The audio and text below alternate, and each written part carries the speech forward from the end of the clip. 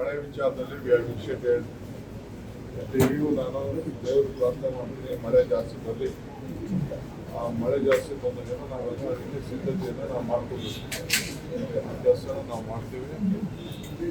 ಏಕೆಂದರೆ ವರ್ಷ ನಮಗೆ ಭಾಳ ಭೀಕರವಾದಂಥ ಮುನ್ನೋಟಕ್ಕೆ ನಮ್ಮ ಡಿಪಾರ್ಟ್ಮೆಂಟ್ ಅವರು ಮಳೆ ಕಡಿಮೆ ಬರ್ತದೆ ಅಂತ ಹೇಳ್ತಾ ಇದ್ದಾರೆ.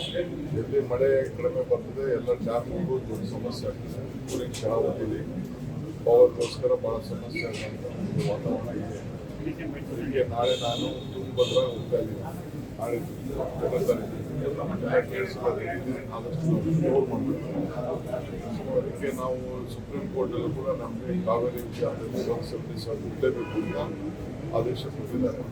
ಬೆಂಗಳೂರು ವಿಚಾರದಲ್ಲಿ ನಾವೀಗಾಗಲೇ ನಿನ್ನೆ ರಾತ್ರಿಯಿಂದಲೇ ಎಲ್ಲ ಕಡೆ ಪೊಲೀಸ್ ಅವರು ನೀರು ಸೇರಿ ಎಲ್ಲೆಲ್ಲಿ ಮರಗಳೆಲ್ಲ ಜಾಸ್ತಿ ಇದೆ, ರಸ್ತೆಯಲ್ಲಿ ಹಳೆ ಗುಂಪೆಗಳಿದೆ, ಅದನ್ನೆಲ್ಲ ಕಟ್ ಮಾಡಿ ಅಂತ ಹೇಳಿದ್ವಿ.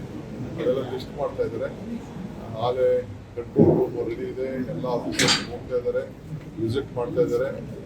ಈಗ 3 ಗಂಟೆಗೆ ನಾನು CM ಮೀಟಿಂಗ್ ಮಾಡ್ತಾ ಇದ್ದೀನಿ. ಇಲ್ಲೇ ಮೀಟಿಂಗ್ ಮಾಡ್ತೀವಿ CM ವಿಜಯಪುರದಲ್ಲಿ 3 ಗಂಟೆಗೆ. ಆಮೇಲೆ ಕ್ಯಾಬಿನೆಟ್ ಇದೆ. ಬೆಂಗಳೂರು ಕ್ಯಾಬಿನೆಟ್ನಲ್ಲಿ ನಿನ್ನೆ ವಿಚಾರ ಪ್ರಸ್ತಾಪ ಮಾಡೋದು 3 ಗಂಟೆಗೆ ಭೇಟಿ ಮಾಡ್ತಾ ಇದ್ದೀವಿ. ಕ್ಯಾಬಿನೆಟ್ ನಾಳೆ ಕ್ಯಾಬಿನೆಟ್ ಸರ್ಕಾರಗಳು ಬದಲಾದ ಪೊಲಿಟಿಕಲ್ ಅಧಿಕಾರಿಗಳ ನಿರ್ಲಕ್ಷ್ಯದಿಂದಲೇ ನಾನು ಯಾವ ಅಧಿಕಾರಿಗಳ ನಿರ್ಲಕ್ಷ್ಯವನ್ನು ನಾನು ಹೇಳೋದಿಲ್ಲ. ವಾಜಪೇಯಿ ಅವರ ಹಾಸ್ಪಿಟಲ್ ಇದೆ, ಬೋರಿಂಗ್ ಇತ್ತು. ಈಗ ವಾಜಪೇಯಿ ಹಾಸ್ಪಿಟಲ್ ಇದೆ. ಅಲ್ಲಿ ಗೋಡೆ ಇತ್ತು, ಗೋಡೆ ಹಿಂದೆ ಮಣ್ಣು ತುಂಬಿಟ್ಟು ಅದು ಹಳೆ ಆ ಪ್ರೆಷರ್ ತಾನೇ ನಾನು ಅದು ಬಿದ್ದಿದೆ. ಆ ರೋಡಲ್ಲಿ ಕಂಪ್ಲೀಟ್ ಇನ್ನು ಯಾರನ್ನು ಕೂಡ ನೀವು ಕುಂಡಿಸಬಾರ್ದು ಅಂತ ನಾನು ಆಗಲೇ ನಿನ್ನೆ ರಾತ್ರಿ ನಿರ್ದೇಶನ ಮಾಡ್ತಿದ್ದೀನಿ.